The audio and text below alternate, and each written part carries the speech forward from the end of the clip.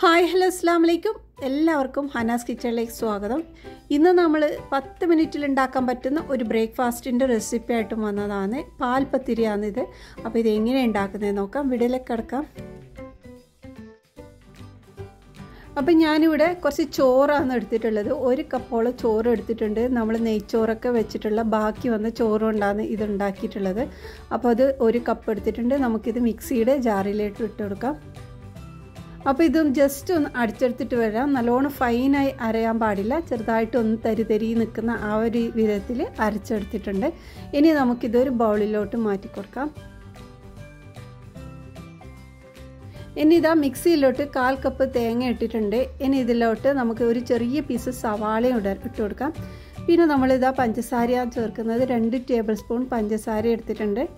പിന്നെ നമ്മൾ ഇതിലേക്ക് കുറച്ച് വെള്ളം കൂടി ഒഴിച്ച് നന്നായിട്ടൊന്ന് അരച്ചെടുക്കാം. ഇവിടെ പഞ്ചസാര നിങ്ങൾക്ക് വേണ്ടെങ്കിൽ ഒഴിവാക്കുകയും ചെയ്യട്ടെ. അപ്പോൾ ഞാനൊരു ചെറിയൊരു മധുരത്തിന് വേണ്ടിയിട്ട് അങ്ങനെ ചെയ്തതാണ്.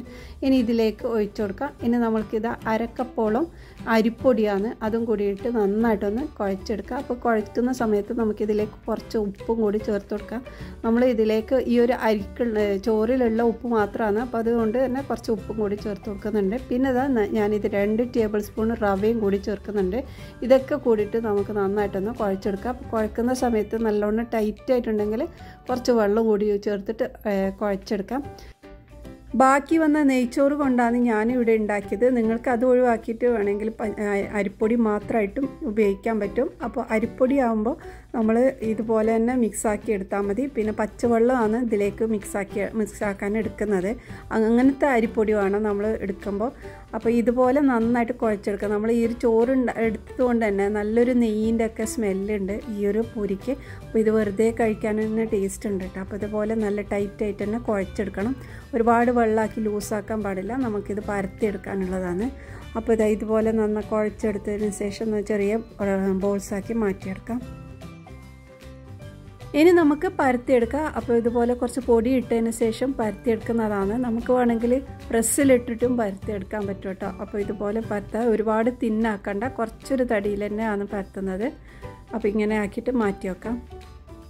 ഇനി നമുക്കിത് പൊരിച്ചെടുക്കാം. അപ്പോൾ സൺഫ്ലവർ ഓയിലാണ് ഞാനിവിടെ യൂസ് ആക്കിയിട്ടുള്ളത്. അപ്പോൾ അത് നല്ല ചൂടായ സമയത്താണ് നമ്മൾ ഈ ഒരു പൂരി ഇട്ട് കൊടുക്കേണ്ടത്. നല്ല ചൂടുണ്ടാകണം, അല്ലെങ്കിൽ ഇതിങ്ങനെ പൊങ്ങി വരില്ല. അപ്പോൾ ഇത് പൊങ്ങുന്ന ആ ഒരു സമയത്ത് ജസ്റ്റ് ഒന്ന് തട്ടിക്കൊടുത്താൽ തന്നെ മതി, നല്ല പൊങ്ങി വരും. അപ്പോൾ ഇത് ഒരു ഭാഗം ഒന്ന് ക്രിസ്പി ആയി കഴിഞ്ഞാൽ നമുക്കിത് തിരിച്ചിട്ട് കൊടുക്കാം. അപ്പോൾ ഇത് റെഡി ആയിട്ടുണ്ട്. വെറും 10 മിനിറ്റ് മതി നമുക്കിത് ഉണ്ടാക്കിയെടുക്കാൻ. അപ്പോൾ ഇതുപോലെ എല്ലാം ചുട്ടെടുത്തിട്ടുണ്ട്. അപ്പോൾ ഇതിൻ്റെ കൂടെ നമ്മൾക്കിവിടെ തേങ്ങാപ്പാലാണ് എടുക്കുന്നത്. ഈ ഒരു രീതിയിലാണ് കേട്ടോ ഇത് കഴിക്കുന്നത്. തേങ്ങാപ്പാലും ഈ ഒരു പത്തിലും കൂട്ടിയിട്ടാണ് കഴിക്കുന്നത്. അപ്പോൾ ഈ ഒരു തേങ്ങാപ്പാലിലോട്ടും നമുക്ക് വേണമെങ്കിൽ പഞ്ചസാര ചേർത്ത് കൊടുക്കാം. ഞാനിതിൽ പൂരിയിൽ ചേർത്തത് കൊണ്ട് ഇതിൽ ഞാൻ ചേർക്കുന്നില്ല. ഇതിൻ്റെ ഉൾഭാഗവും കൂടി ഒന്ന് കാണിച്ചു തരാം. പുറമേക്ക് നല്ല ക്രിസ്പിയും ഉള്ളിൽ നല്ല സോഫ്റ്റ് ആയിട്ടുള്ള ഒരു പത്തിരിയാണ്. പാൽ പത്തിരി എന്നാണ് ഇതിന് പറയുന്നത്.